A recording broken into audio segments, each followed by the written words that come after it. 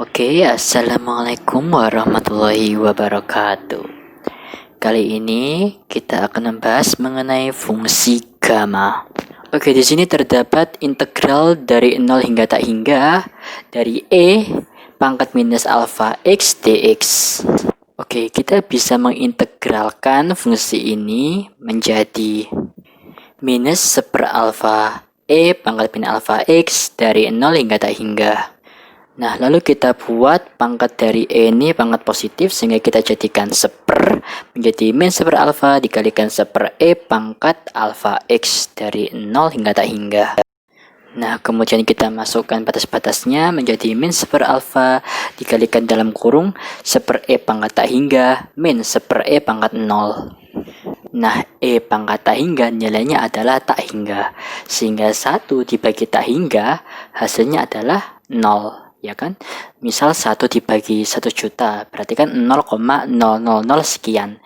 Kalau dibulatkan hasilnya 0, ya kan. Nah, E pangkat 0 nilainya 1 dibagi 1 tetap 1, sehingga min 1/, alfa dikalikan min 1 hasilnya 1/, alfa.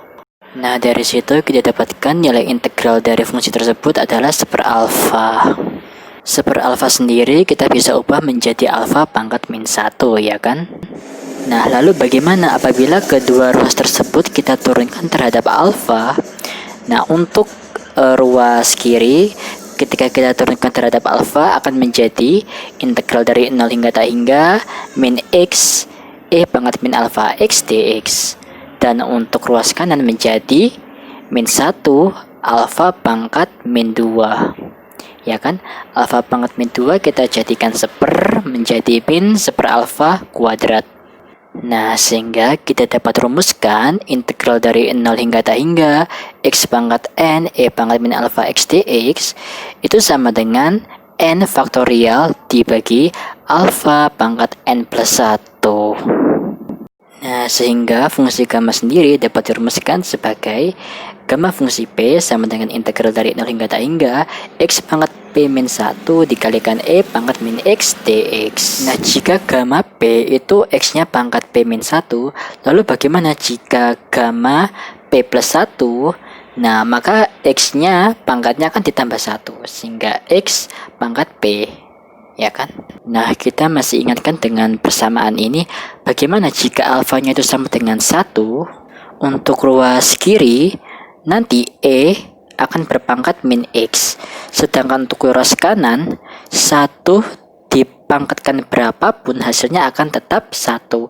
Sehingga n faktorial dibagi 1 akan sama dengan n faktorial. Nah, persamaan gamma P plus 1 itu jika alfanya bernilai sama dengan 1, maka hasilnya akan sama dengan P faktorial.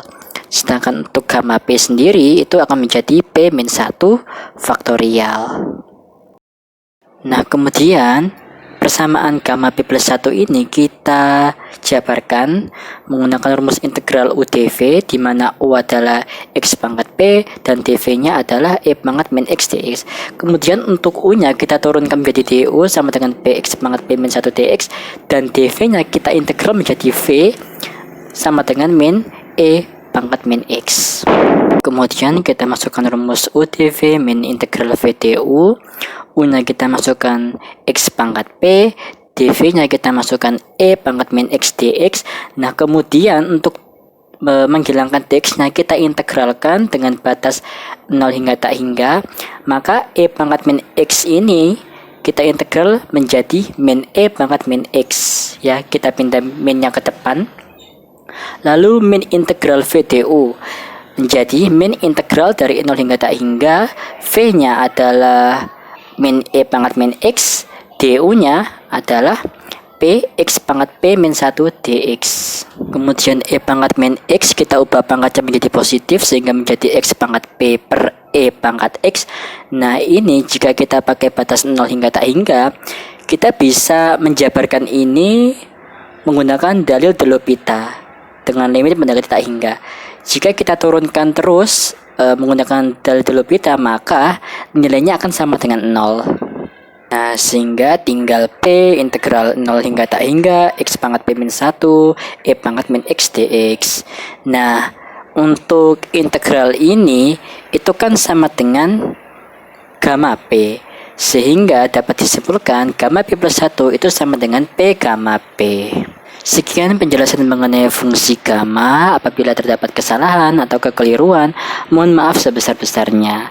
Sekian, saksikan video selanjutnya. Terima kasih. Wassalamualaikum warahmatullahi wabarakatuh.